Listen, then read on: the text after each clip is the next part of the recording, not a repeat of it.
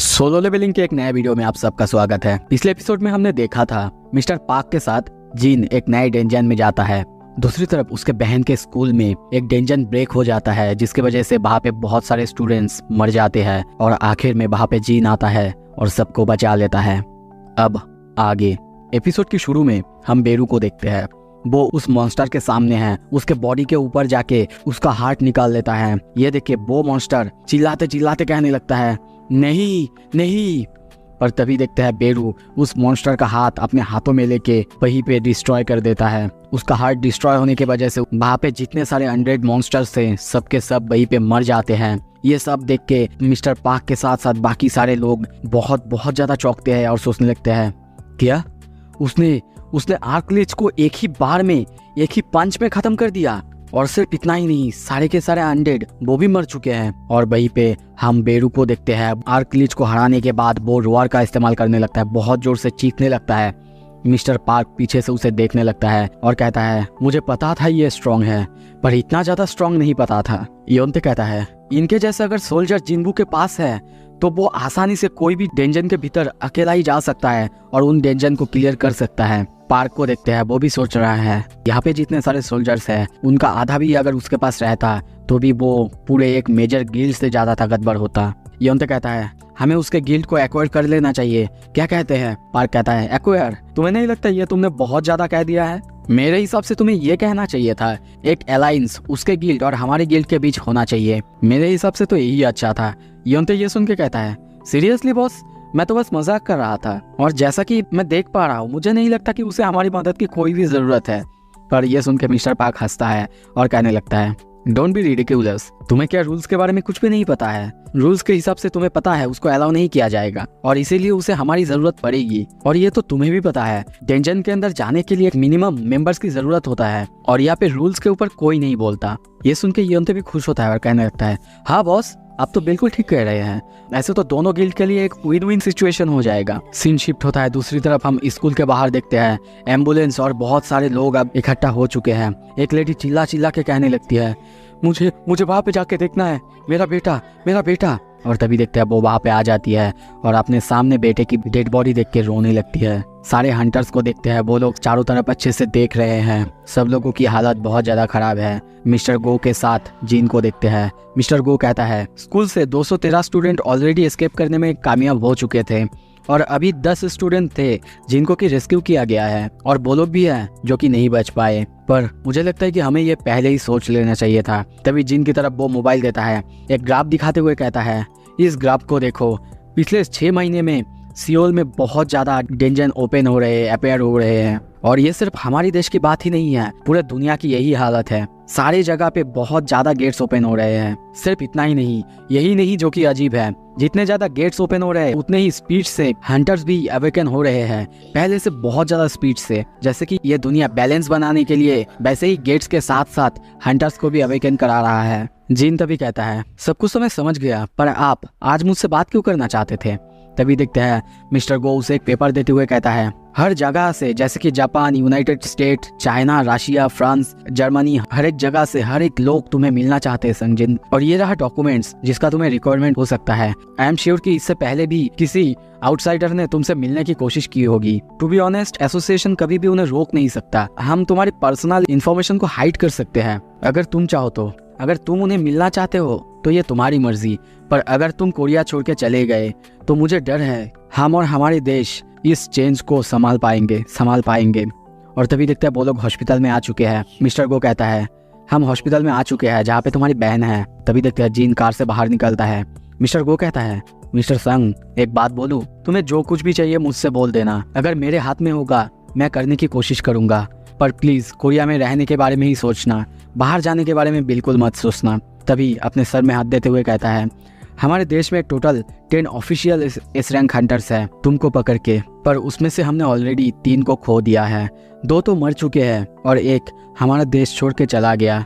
और अगर तुम भी हमें छोड़ के ऐसे ही चले जाओगे तो हम संभाल नहीं पाएंगे। सो प्लीज मुझे बता देना अगर कुछ भी चाहिए तुम्हें। ये सुन के जिन थोड़ा सा सीरियस होता है और कहता है तो फिर मुझे एक चीज चाहिए, कोई भी हाई रैंकिंग डेंजन हो उसमें मैं अकेला ही जाना चाहता हूँ। ये सुन के मिस्टर गो पूरी तरह से चौंकता है और कहता है, क्या तुम मुझे ये कह रहे हो कि डेंजन के अंदर जाने के लिए जो मिनिमम रिक्वायरमेंट है उससे तुम्हें छुटकारा चाहिए? जिन कहता है, हाँ बिल्कुल। मिस्टर गो कहता है, लॉ के हिसाब से ये हंटर्स की सेफ्टी के लिए बनाया गया था, क्योंकि अगर सब साथ में जाएंगे उसके हिसाब से सब एक दूसरे की मदद कर पाएंगे। तभी उन्हें क्लिक होता है और कहते हैं, तो तुमने इसीलिए अपना गिल्ड बनाया ताकि तुम अकेला जा सको?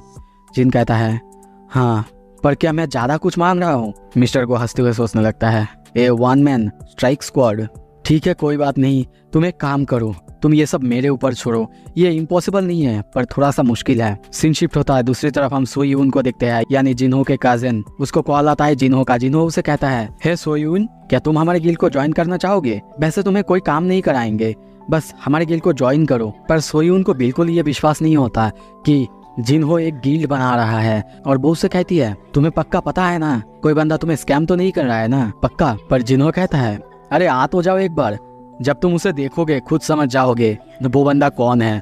सोयून को थोड़ा सा क्यूरियोसिटी होता है। सीन शिफ्ट होता है, आज इन गिल्ड के बिल्डिंग में देखते हैं, जिन को देखते हैं।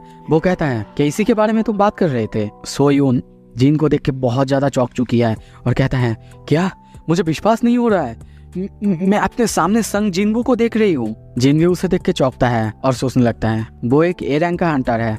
जिन्हो कहता है, अरे तुम इसे देख के इतना ज्यादा एक्साइटेड क्यों हो रही हो?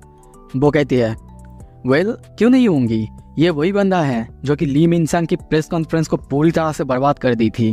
जिन्हो कहता है, तो इसी वजह से तुम एक्साइटेड हो? जिन तभी उसे अपने गिल्ड के बारे में कहता है, आशा करता हूँ कि तुम्हें जिन्हो ने सब कुछ बता दिया है। वो कहती है, हाँ बिल्कुल, मैंने सुना है कि तुम्हें एक मेंबर की जरूरत है।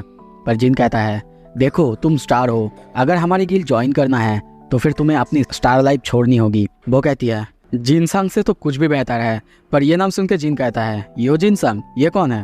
तभी जिन्हो कहता है, अरे याद नहीं है आपको, वो मेरा बड़ा भाई है। जिन्हो कहता है, ओह वो बुरा बंदा। तभी सोयून कहती है, बाय द वे, क्या अगर तुमको बुरा ना लगे तो मैं तुम्हारे साथ एक सेल्फी ले लूं?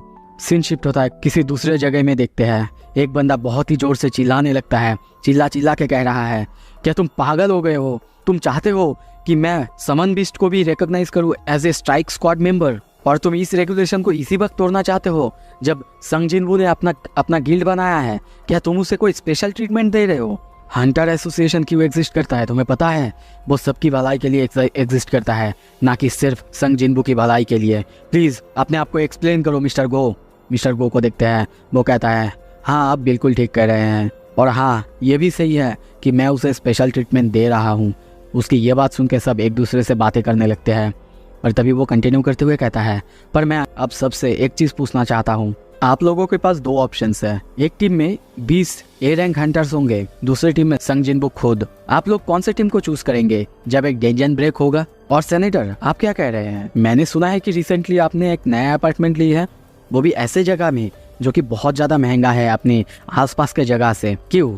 ये सुन के वो सेनेटर थोड़ा सा नर्वस होते हुए कहता है, ये बिल्कुल अनरिलेटेड मैटर है, अगर तुम्हें जानना ही है तो ये सेफ्टी के लिए है। ये सुन के मिस्टर गो कंटिन्यू करते हुए कहता है, यही तो मैं बोलने की कोशिश कर रहा हूँ, ये सबके लिए सेम होता है। अगर किसी के पास इनफ पैसे है तो वो अपने सेफ्टी के लिए बाहर जाके रहना चाहेगा, जाकि उसके लिए सब कुछ आसान हो। और मैं आपको बता दूं, दुनिया के सारे गिल्ड्स, सारे लोग अब संग जिनवू को अपने पास लाने की कोशिश कर रहे हैं, अपने साथ जोड़ने की कोशिश कर रहे हैं। कि आप सच में चाहोगे कि संग जिनवू अपना जगह छोड़ के, हमारे देश छोड़ के बाहर कहीं चले जाए? आपको होंगडोंग याद है ना, वो भी तो हमें छोड़ के अमेरिका चला गया था। और हाँ, अगर आपको लगता है कि ये उसके लिए स्पेशल ट्रीटमेंट है तो हाँ, स्पेशल ट्रीटमेंट है। आप एक बार सोच लो, नेक्स्ट टाइम अगर कोई एस रैंक गेट हमारे यहाँ पे ओपन हुआ, आपकी जिंदगी फिर कौन बचाएगा? सीन शिफ्ट होता है, हम मिस चाइयन को देखते हैं। वो जिनके साथ सोइन की पोस्ट की हुई फोटो को देख रहा था, ये देख के वो बहुत हैरान रह जाती है। सीन शिफ्ट होता है, हम जिन्हो को एक बहुत बड़े से डेंजन के सामने देखते हैं, डेंजन गेट के सामने देखते हैं। जिन्हो इतने बड़े डेंजन को देख के बहुत ज़्यादा चौंका हुआ है, बहुत ज़्यादा हैरान है। ये उनके गिल्ड के ओपन होने के बाद पहला रेड है, और तभी देखते हैं वहाँ पे बहुत सारे रिपोर्टर्स आए हुए हैं। वो सब जिन से सवाल करने लगते हैं, सर बताइए आपको कैसा लग रहा है, ये आपका पहला रेड है, और आपका जो गिल्ड का नाम है आजिन, ये आपने कैसे रखा? और जो फाउंडिंग मेंबर्स है यो जिन्हो और यो सोइन, उनके साथ आपका क्या रिश्ता है? उसके बारे में इतना सब कुछ सब जानते हैं। ये देख के जिन मिस्टर बू से पूछता है, आप लोगों ने तो कहा था मेरे डेटा को, प्रोफेशनल इन्फॉर्मेशन को प्राइवेट रखेंगे, फिर क्या हुआ? ये लोग इतना सब कुछ कैसे जानते हैं? बू कहता है, हाँ सर, हमने ज़रूर कहा था रखेंगे, पर लोगों को ये जानने से बिल्कुल रोक नहीं सकते कि नेक्स्ट गेट कहाँ खुलेगा। और उससे भी बड़ी बात, इसके बाद से तुम्हें ध्यान रखना होगा सोशल मीडिया में तुम क्या पोस्ट कर रहे हो। यह सुन के जिन सोचने लगता है, ओह वो पिक्चर जो इंस्टाग्राम में छोड़ा था, इसके बाद से मुझे ध्यान रखना होगा। मिस्टर बू के टीम तभी उसे कहते हैं, सर आपको नहीं लगता हमें कोई माइनिंग टीम या फिर हाउलिंग टीम को बुला लेना चाहिए? मिस्टर बू कहता है, तुमको दिखाई नहीं दे रहा है उसके साथ कितने सारे शैडोज हैं? जितने पावरफुल उसके शैडोज हैं वो सब अकेले ही किसी ए रैंक के डेंजन तक को क्लियर कर सकते हैं। तभी देखते हैं वो खुद रेडी होता है। उसको देख के जिन्हो और जिन दोनों बहुत ज्यादा चौंकते हैं। मिस्टर बू कहता है, चेयरमैन ने मुझे तुम पर और तुम्हारे रेट पर नजर रखने के लिए कहा है, ऑब्जर्व करने के लिए कहा है। वो जानना चाहते हैं कि ये सेफ आइडिया है कि नहीं। आई होप कि तुम्हें इसमें बुरा नहीं लगेगा। जिन कहता है, सब कुछ तो ठीक है, पर क्या आप ठीक रहेंगे वहाँ पे? ये सुन के मिस्टर बू को अजीब लगता है और वो कहता है, क्या? समझा नहीं। पर तभी सीन शिफ्ट होता है। देखते हैं मिस्टर बू बहुत ज़्यादा डर चुका है, उसकी हालत बहुत ज़्यादा ख़राब है, क्योंकि उसके सामने जो मैजिक बीस्ट है वो है नागा, और उसे जिन के सारे शैडोज मिलके बहुत ही आसानी से मार रहे हैं। और सिर्फ इतना ही नहीं, वहाँ पे जितने भी बीस्ट हैं सबको जिन के शैडोज मिलके बहुत ही आसानी से ख़त्म कर दे रहे हैं। ये देख के मिस्टर बू सोचने लगते हैं, यहाँ तक कि जो हंटर्स बहुत ज़्यादा फाइट में अच्छे हैं उन्हें भी इन सब से लड़ने में बहुत ज़्यादा मुश्किलें झेलने पड़ेंगी, पर ये सब तो इन्हें ऐसे मार रहा है जैसे ये सब इनके लिए खेल है। और जैसे कि देख के लगता है ये सारे बीस्ट संग जिनबू के आर्मी के सामने कुछ भी नहीं है, स्पेशली वो वाला। और तभी वो अपने सामने वो इग्रिस को देखता है, वो बहुत ही स्पीड से सारे बीस्ट को मारे जा रहा है। और उसका जो तलवार, यानी जो स्पेशल तलवार जिन ने उसे दिया था, वो तलवार इतना ज़्यादा पावरफुल है कि उसके एक ही स्लैश से वहाँ पे इलेक्ट्रिक करंट चारों तरफ घूमने लगता है। ये देख के वो बहुत ज़्यादा हैरान होते हैं और सोचने लगता है, क्या? मुझे तो लगता था कि ओनली हाईएस्ट लेवल के जो मैजिक वेल्डर्स हैं वही लाइटनिंग मैजिक को कर सकते हैं, पर ये इसके हर एक स्विंग से बाहर से इलेक्ट्रिसिटी निकल रहा है। इग्रिस आसानी से अपनी इलेक्ट्रिक अटैक के मदद से सारे के सारे बीस्ट को मारे जा रहा है। बू जिनचुल बस देख रहा है, और जितना देख रहा है उतना ज्यादा हैरान होते जा रहा है और सोचने लगता है, क्या ये ए रैंक का टेंशन है ना? जितना मुझे पता है ये उससे भी ज्यादा हायर रैंक है। अगर मैं उसके सामने होता, क्या मैं उसके साथ 1-on-1 फाइट में जीत पाता? तभी वहाँ पे एक एंट को देखते हैं जो कि मरे हुए बीस्ट को खाने के लिए आगे बढ़ रहा है, पर तभी जिन उसे एक किक मारता है जिससे वो डेंजन के दीवार पे जाके लगता है। जिन चिल्ला के कहता है, मैंने तुम्हें कहा था ना इनको मत खाओ, तुम्हें पता है ये कितना ज़्यादा कीमती है, और तुम लोग जल्दी जल्दी माना को माइनिंग करो। उसके कहते ही हम देखते हैं सारे के सारे शैडोज बहुत जल्दी जल्दी माइनिंग करे जा रहा है। मिस्टर बू ये सब देख के सोच रहा है, वो अकेला ही एक ए रैंक के डेंजन को पूरी तरह से क्लियर करने में, यहाँ तक कि उसके कॉप्स, माना क्रिस्टल को माइनिंग करना, सब कुछ अकेला ही कर सकता है। ये सिर्फ 1-man स्ट्राइक स्क्वाड नहीं, वो अकेला ही सब कुछ के लिए काफ़ी है। अब मुझे समझ में आया चेयरमैन ने मुझे क्यों पूछा था कि मैं उसे जाके ऑब्जर्व करूं।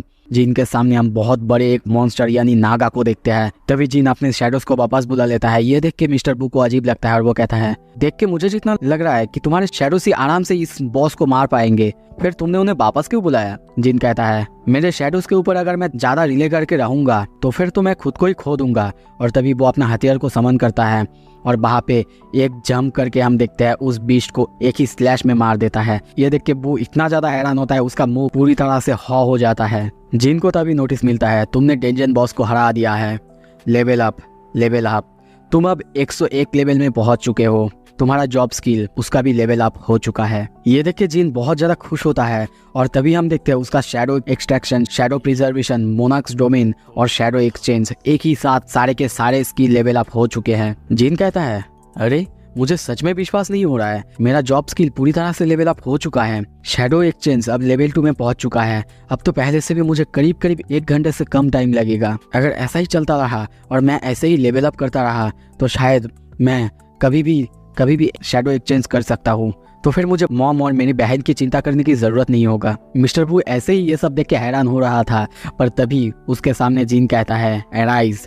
इससे पहले मिस्टर बू ने उसकी ये ताकत नहीं देखा था और तभी उसके सामने नागा जिन के शैडो में तब्दील हो जाता है। ये देख के उसकी हालत बहुत ज्यादा खराब है। नागा की लेवल हम देखते हैं, उसका लेवल ऑलरेडी बहुत ज्यादा अप है। जिन ये देख के कहता है ये ऑलरेडी टास्क जितना पावरफुल है, और जितना कि देख के मुझे लग रहा है जब जिंदा था तब जितना ज्यादा पावरफुल था अभी वैसा ही है, पर ये इतना ज्यादा छोटा क्यों है। और एक्चुअली हम नागा के शैडो को बहुत ज्यादा स्मॉल देखते हैं, पर कुछ देर बाद जिनको समझ में आ जाता है कि ये शैडो अपना साइज चेंज कर सकता है, तभी सिस्टम उसे नाम रखने के लिए कहता है।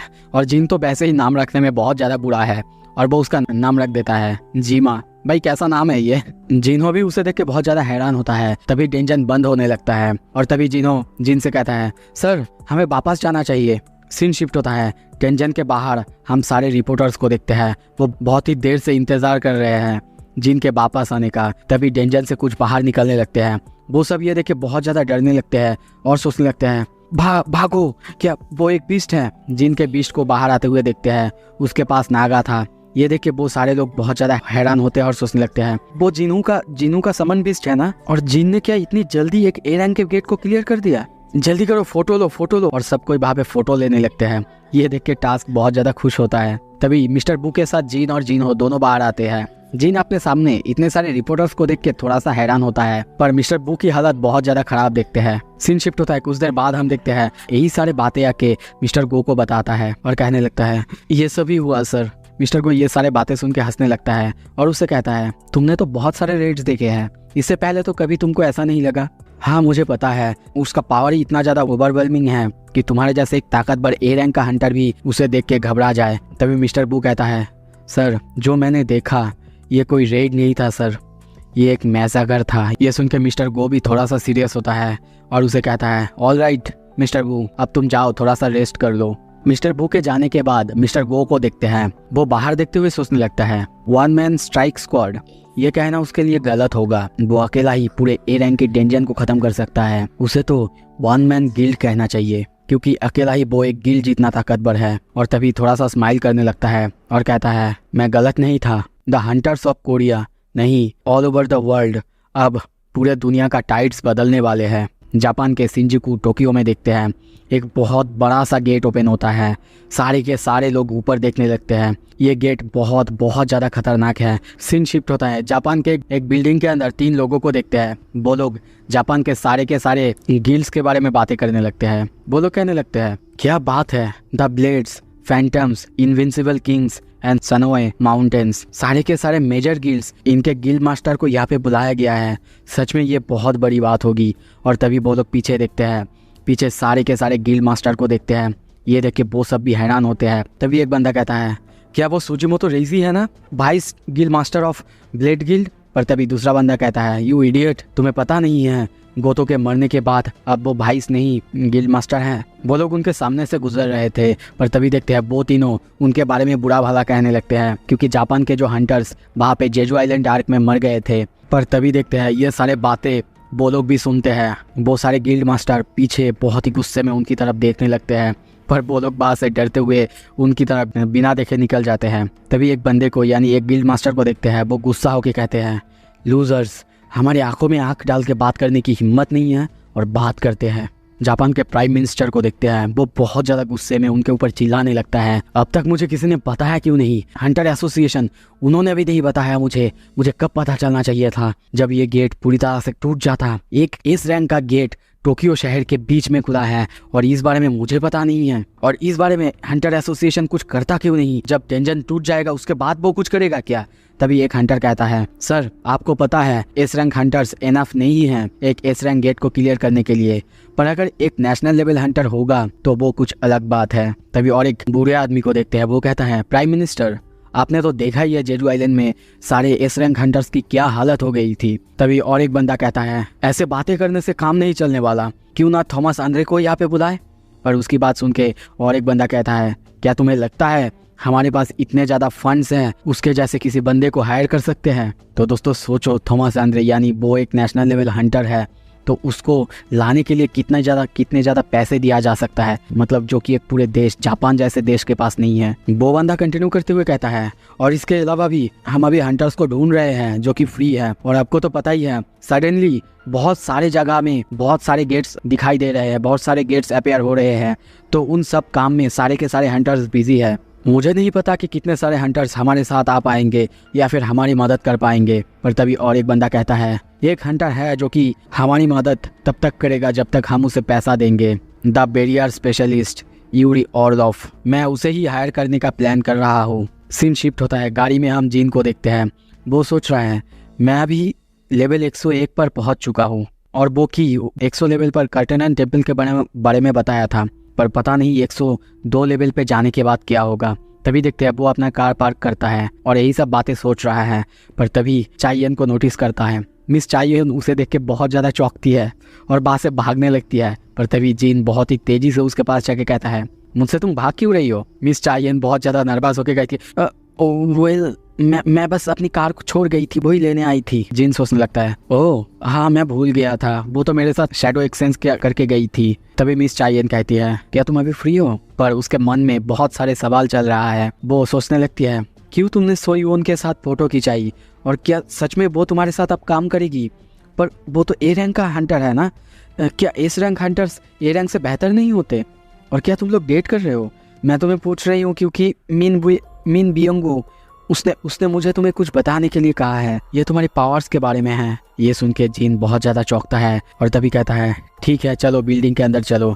बिल्डिंग के अंदर हम दोनों को देखते हैं। मिस चाइयन कहती है, यहाँ पे कोई क्यों नहीं है? जीन कहता है, वाइस गिल्ड मास्टर उसे बहुत ज़्यादा काम है, इसीलिए वो थोड़ा सा काम से बाहर गया है, तो मुझे बताओ। पर दूसरी तरफ ये बात सुन के मिस चाइयन की हालत बहुत ज़्यादा ख़राब है। वो बस यही सोच रही है, क्या हम दोनों सच में यहाँ पे अकेले हैं? जिन फिर से कहता है, बोलो क्या बोलना चाहती थी? मिस चाइयन तभी कंटिन्यू करते हुए कहता है, मैंने उस दिन एक वॉइस सुनी थी, वो जैसे कि मुझे बता रही थी, प्लीज उसे बताओ कि आपके अंदर की पावर से थोड़ा सा केयरफुल रहे। किसी ने मुझे एंडलेस डार्कनेस से खींच लिया, पर जब मैं उठा मैं नहीं था।